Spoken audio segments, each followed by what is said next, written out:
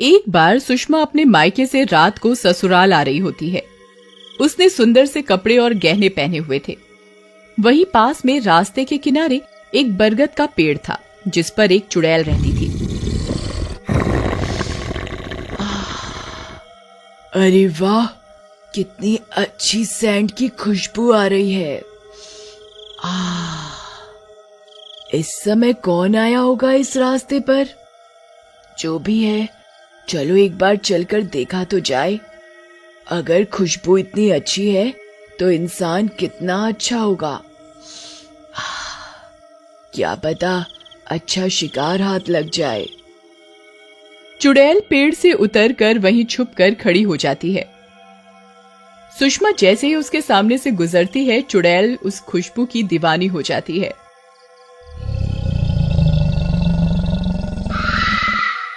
शिकार तो अच्छा है, पर मैं इसे मारूंगी नहीं, वरना ये सेंट मुझे कैसे मिलेगा। अब कैसे भी करके मुझे इसके साथ साथ घर तक जाना पड़ेगा।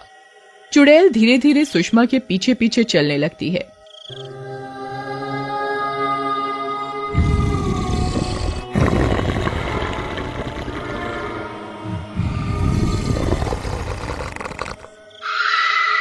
ये मुझे ऐसा क्यों लग रहा है जैसे कोई मेरा पीछा कर रहा हो।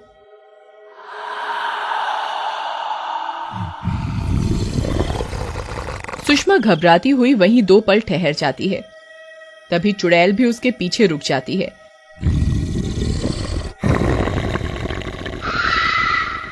पर सुषमा डर के चलते हुए पीछे पलट कर नहीं देखती। शायद मेरा वहम है, मुझे चलना बंद नहीं करना चाहिए।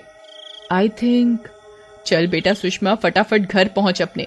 बड़ा ट्रक भर के गहने जेवरात पहन के आने थे ना, अब भुगत।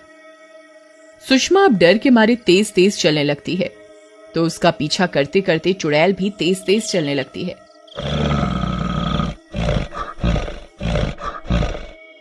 अब सुषमा को पैरों की आहट ज्यादा आने लगी थी।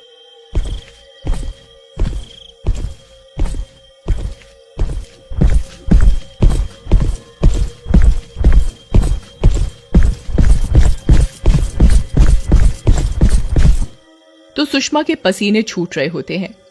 सुषमा अपनी साड़ी पकड़कर भागना शुरू कर देती है। अच्छा बेटा, मुझसे बचने के लिए भाग रही है ना? मैं भी एक नंबर की चुड़ैल हूँ, देखती हूँ कैसे बच के निकलेगी तू। आजा। आगे आगे सुषमा भागती है, पीछे पीछे चुड़ैल भागती है उसके। फिर चुड़ैल को ऐसा लगता है कि कहीं सुषमा डर से मर गई तो उसे वो सेंट कभी नहीं मिल पाएगा। तो उसने एक तरकीब निकाली। अचानक से चुड़ैल एक औरत का रूप लेकर सुषमा के आगे आ जाती है।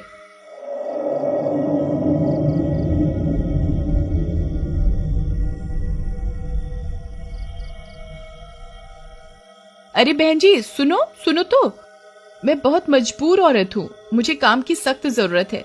कृपा करके मुझे काम दे दो अपने घर में, तो मेरा भला हो सके। सुषमा उसकी आवाज सुनकर रुक जाती है। तो अभी तुम ही मेरे पीछे पीछे भाग रही थी क्या? हाँ, आप भले घर की लगी तो मैंने सोचा आपसे कुछ मदद मिल सकती है, पर आप तो रुकने का नाम ही नहीं ले रही थी।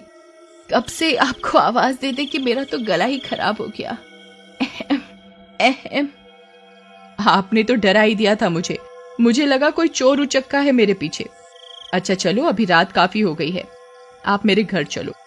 सुषमा उस चुड़ैल रूपी लड़के को लेकर घर चली जाती है। सुषमा उसे गेस्ट रूम में रुकने को कहती है और सोने चली जाती है। आधी रात को सबके सोने के बाद लड़की चुड़ैल रूप में आती है और सुषमा कमरे में चुपके से घुस जाती है और उसकी तरह तैयार होने लगती है। पर उसे लाख ढूंढने पर भी वो परफ्यूम नहीं मिलता। चुड़ैल यहाँ वहां हाथ मार के वापस सबके उठने से पहले अपने रूम में चली जाती है। अगली सुबह, अरे उठ गई तुम, पर ये घूंघट क्यों किया हुआ है? चुड़ैल क्योंकि अपने असली रूप में होती है तो वो बहाना बनाने लगती है।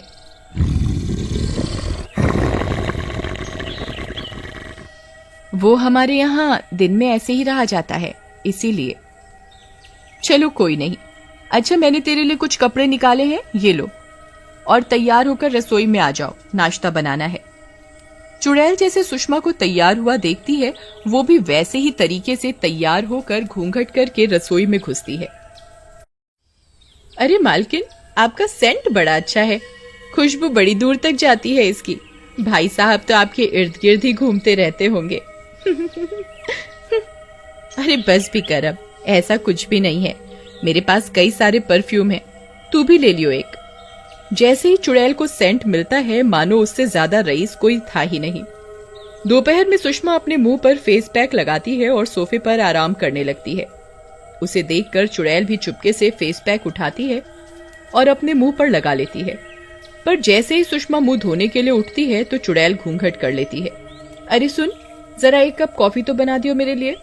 कॉफी पी के शायद लोग सुंदर बन जाते हैं। तभी बड़े लोग कॉफी ज्यादा पीते हैं। क्यों ना आज मैं भी पी के देखूं? चुड़ैल कॉफी बनाकर सुषमा को देती है और साथ में खुद भी सेम कप में कॉफी पीने बैठ जाती है। जिस तरीके से सुषमा बैठी होती है, चुड़ैल भी उसे कॉपी करने लगती है। हर दिन चुड़ैल सुषमा की तरह तैयार होती, जैसे वो उठती बैठती चुड़ैल उसकी नकल करती। कुछ दिन ऐसे ही बीत गए। एक रात, सुन, मैं जरा बाजार जा रही हूँ, साहब घर आए तो उन्हें चाय नाश्ता दे दियो। चुड़ैल के पास अब समय ही समय था, वो भी इसी फिराक में कब से थी। आज सही समय है, क्यों ना मैं इस सुषमा के कमरे में जाकर इसके गहने, कपड़े, मेकअप और अपना मनपसंद सेंट ले लेती हूँ। चुड़ैल फटाफट सुषमा के कमरे में घुसकर सारा सामान लेकर अपने कमरे में रख लेती है। कुछ ही देर में सुषमा का पति आ जाता है। चुड़ैल बिल्कुल सुषमा के भेष में तैयार होकर घूंघट करके राम के सामने आती है। राम उसे पहचान नहीं पाता।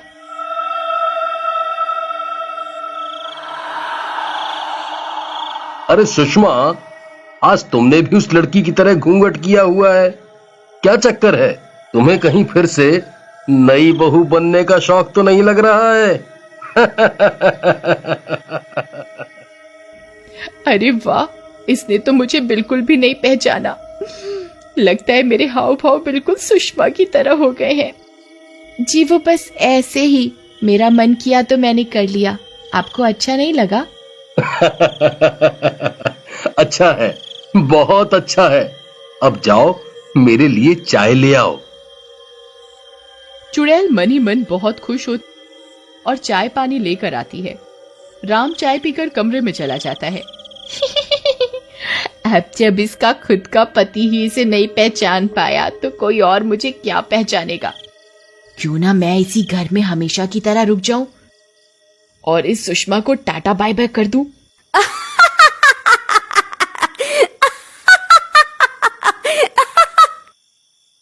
चुड़ैल घर के बाहर कुछ दूर बैठ जाती है, वहीं सुषमा का वेट करने लगती है।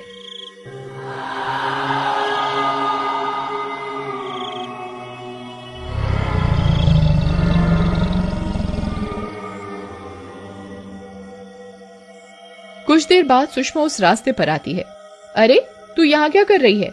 अच्छा, शायद बैग लेने आई होगी। तू मेरा कितना ध्यान रखती है। तभी चुड़ैल जोर जोर से हंसने लगती है और उसे अपने जादू से उड़ाकर जंगल में ले जाती है। अरे तू पागल हो गई है क्या? ये क्या हरकतें कर रही है? और तू मुझे यहाँ इतनी जल्दी कैसे ले आई? चुड़ैल अपना घूंघट खोलती है।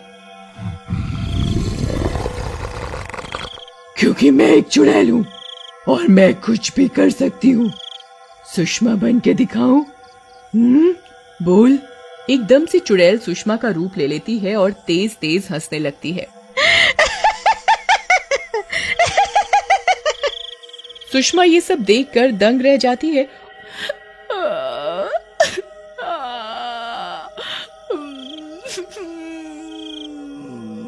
और फिर चुड़ैल अगले ही पल फिर से चुड़ैल बन जाती है।